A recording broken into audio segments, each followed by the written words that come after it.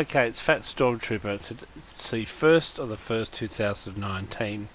That leads me to sort of do some talking about what is the currency for TF2. Now, you can pay in PayPal or Marketplace or through the Steam Community Market, but for trades other than that, it's often trading items for items or for keys. Now, in the past, the standard was the Manco key. And if you actually search the community market here, you go through the market, there are a variety of keys available, okay? But the keys, and indeed, you can still purchase a Manco key at $3.25 Australian, or the conversion thereof of American. So that means there's still a real dollar value to the key. So a key is not just it's something that is bought for money and has that store of value. So if you want to open a crate, then it's available. Now, I think Valve are very smart in leaving the key, because a key is basically the unit of the currency, and they are functioning as a mint in effect. So they have control over the market. As with any currency, over time currency will be lost, so keys are deleted or used up, but keys are also bought into the system by the mint. Okay, and this is why there is a net balance of keys. And on the community market, there are about 8,000 keys for sale, and then the price is there fixed thereon. There are also key traders who will buy and sell keys at various rates, often substantially below what's on the market here. So it might be, something got down to about 1.7 US dollars at one stage. Still, it hovers around $2 US to the traders. But I mean, are all keys the same? Well, the answer is there is the keys that are usable should theoretically be the same. I mean, these Robo Creates, this summer appetizer keys, they're relatively uncommon, and they're not really things that people are going to be running after in numbers and potentially resellable. So I would probably be reluctant to accept these things as currency. But it's like all currency. This one here, Acorns, Manco Strongbox key, maybe Stockpile key. So these are a bit older. But when you start getting Invasion Crate keys, yeah, maybe. I mean, there's still a few Invasion Crates behind, but they're getting less common. So from here and newer, the actual keys are in effect, there are still gargoyle keys around. They are still currency. There are still tough breaks. They are currency. Tough break key tool. So these are still currency. Mayflower, there are still things on the market. Creepy Crawly, they're still on the market. Currency. Currency, definitely currency. And as we get towards the newer ones, these should be used synonymously with keys, because they can be used in the market. No, they can be used to open crates, etc. So they are functional keys. So the older ones, I mean, it's like anything. If you go up with an old paper money, $20, and try and buy something in the shops in Australia, it's all been replaced by the plastic notes. It becomes no longer legal tender after a certain time. And this is the same with what the community, but you've got these Manco keys which have been open a large number of universal crates, of which there is a not an endless supply, but almost an endless supply of them around, hanging around. And there's all sorts of different series of crates, and people may want to unbox them, so they have a store of value. So the key is the basic currency. The Manco key is the currency, but I've seen a number of people accepting these. The other thing is that I've seen trades that have been broken between TF2 items and CSGO keys as currency. So CSGO keys can also be bought, and can also be bought for various people and various dealers, and are also another sort of currency. It's like using the US dollar in Vietnam. Some stores will only take dong, but a lot of stores will take both dong and US dollars, and actively prefer the US dollar because it has a more stable value. So that is the key aspect. The other thing that we have to look at is whether or not. Now, just a quick word from our sponsor: buy these apples, or we'll fucking kill you. Another store of value is the golden pan. Now, the golden pan traditionally has been around 1,000 keys, and it was very stably for a very long period of time at 1,100 keys. They did go briefly down to 950 or 1,000 keys, but they are around about 1,000 keys, or 1,050 depending where you look at them. So I guess it all comes down to how many of these things are available. But the pads are they're sought after commodity. They are a stable source of value, and when doing big trades like in the past, when trading for things like birding killer exclusives and things, we would trade pans as so many pans for a valuable hat. Just another advert. If you really show the world that you're in charge, show them that you don't care about having a small dick, buy yourself a Porsche. Okay, well, let's have a look at this. This here is a backpack TF, and it looks at refined metal, and the fact refined metal is basically decreasing in price. In the past, refined metals used to be quite, reasonably valued, but when you've got a key being worth 44, where refined metal when it was worth 30 not so long ago, it's actually a phenomenon of what we call hyperinflation. So basically, there is a relatively oversupply of scrap because there's a lot of trashy weapons given in drops. People break them down, and there's a relatively oversupply of this currency. The other currency that was actually quite valuable and was worth 5 keys was the bud, which is falling off because less and less people are using buds, because in the past the bud economy was a really big thing, but then all of a sudden the buds started to disappear. There's all sorts of conspiracy theory about who would have stored them away or hoarded them away, and then the key economy taking over.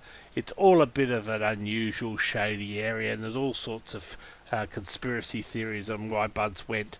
The truth of the matter is, buds were put out as a promotional thing to deal, because of the iPhones and the like, and they were not produced on an ongoing basis, so they are not a currency that is continuously printed, and as such they don't have a future. Keys are produced. They allow for expansion of the economy. They allow for degradation of like when loss of coins or loss of currency, loss of keys for the economy are allowed for because you can buy more. There are different types of keys. The more recent ones, this is a gold standard, literally the gold standard key, and the more recent ones could also be potentially used in trades with a similar value to this key. But the refined, the degradation of refined, okay, it's used for crafting and other things, but there is a relative oversupply because any old fool can make it. So, basically, only Valve can make these, and they cost money. So that's like a relatively more meaningful store of value than if any old fool or any old buffoon wants to grab a couple of old weapons and make some ref. Okay, there's a scrap metal, then make some ref, and there you go, bag.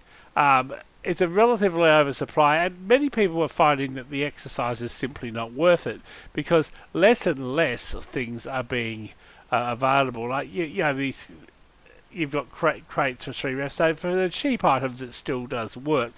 But I guess the question is there some sort of Steam coin or something similar you could have? You could have a key, or you could have something small, a partial unit of a key. You could have a deci key, or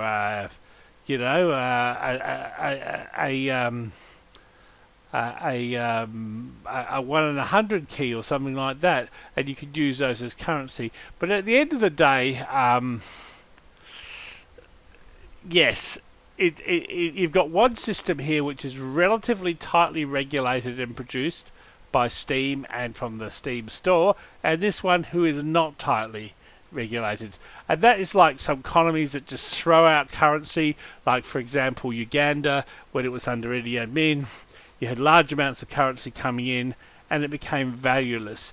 The phenomenon of hyperinflation, pre-war Germany, they more or less just kept on printing money because people didn't have money. Let's just keep on printing money, and as such people used to have to use a wheelbarrow to buy a loaf of bread.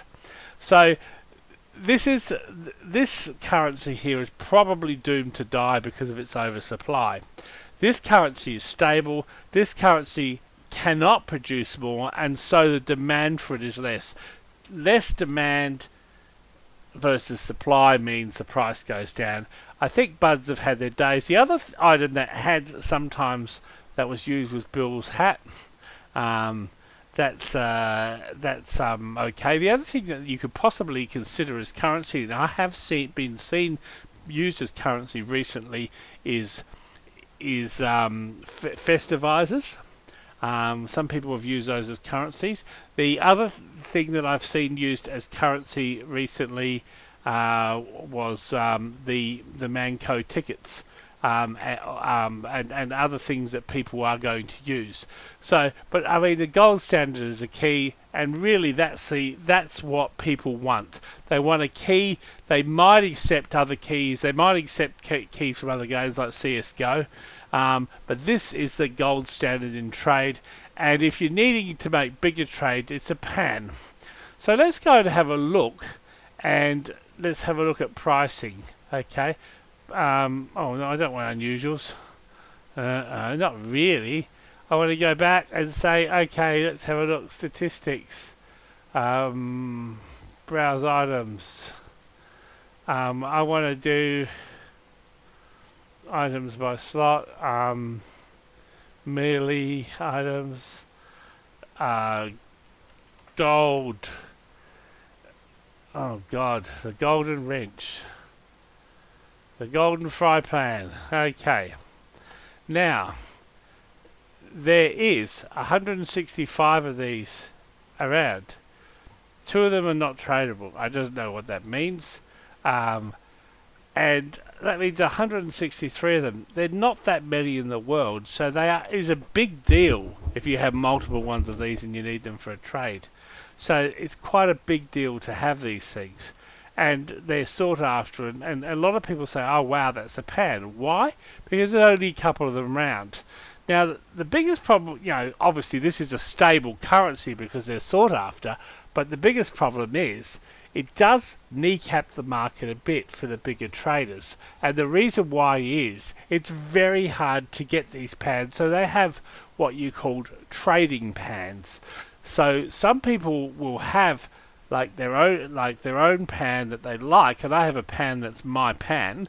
Okay, someone gave it to me, someone very dear to me gave it to me. I was a good friend who's a gamer and a YouTuber, and I was very happy with it. And I've got another pan at the moment that I'm holding because I might need to trade it for something. So basically, pans can be a store of value, and they can be used in trades. Now, my feeling is that 1100 should be a fair price for a pan. And let's have a look at what's around on the market at the moment. We can sort of have a look here. They should have classified listings and see what's for sale. Golden, yay! Golden frying pan, yay! Okay, well, you got the buying orders for around here 1100. There's a lot for around, oh God, yeah, one ref. You're a moron. This person's a moron. This person's a fucking moron. But anyway, let's go here. Most of them are around the 1100 mark. You've got a couple of people that are trying to sell them for a much more inflated item. And that's, yeah, okay. and on marketplace, they come up for a lesser amount of keys. But I mean, I'm sure people, if they really wanted these pans, they could probably beat them down to 1,200, 1,250. So pans are getting more sought after, not just for, but for trading. So that's something we should look at. I'm going to have a look at marketplace in a second now. Another word from one of our sponsors. This is the Ultimate Adrenaline Adventures. Experience new adrenaline-filled, action-packed experiences that will get your senses to new heights, such as being eaten by a shark, dropped off a building, or run over by a steamroller. Adrenaline Adventures. Okay, let's look at Marketplace TF. So we've got here professional strange golden frying pan, which they all are, and 4 of them are available on the market, and the prices are here, which are, this is converted from the US, 2,450 US, which is about 1,200 keys. Again, 2,450, 1,200 keys, 2,500, let's say 1,250 keys, maybe a bit less depending on the prices that you go by. So generally speaking, they are worth about 1,100, sometimes 1,200 keys, depending on who wants them at the moment. So there are some, as I say, there are some good pans around. A lot of fire horns around, which are probably the nicest effect. And yeah, so that's what the economy is. And this is, pans are exchangeable for real cash. So you can come to this website and you can put them up for sale if you have the appropriate reputation and you give your ID and so forth, and you can get cash back for it in your PayPal. And if you do enough identification, you can withdraw it into your own account. So this is a way in which they can cash out. Now, similarly, I mean, there are sites that will buy keys and they'll cash out. There are very few sites that will buy ref. So keys, and especially pans, are something that's relatively easily exchangeable for cash. And that's why they're good for currency. Just as a last point, I'd like to draw your attention to this statement by Talks to Cats. It talks about odds. Odds are a huge problem, and this is why, I mean, some countries like Belgium and Netherlands view unboxing as gambling. I don't know where they pulled their figure that 2 or 3k on marketplace for every 42k spent. If you look at the maths, there's no point in buying crates instead of just buying the item you want from some poker sucker who bought them. Really, the only exception is unusuals, and most people, look, I know I've done so many unboxings that's been unsuccessful, and I've really never made anything on unboxing. I think Chicken has, but he would be one of the few. He just has, that boy can pull luck out of his ass.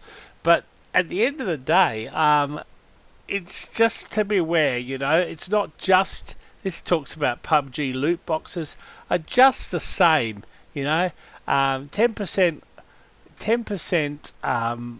of people walk away winners and 90% walk away losers, just like in a casino. So that's the last point I'll leave you with.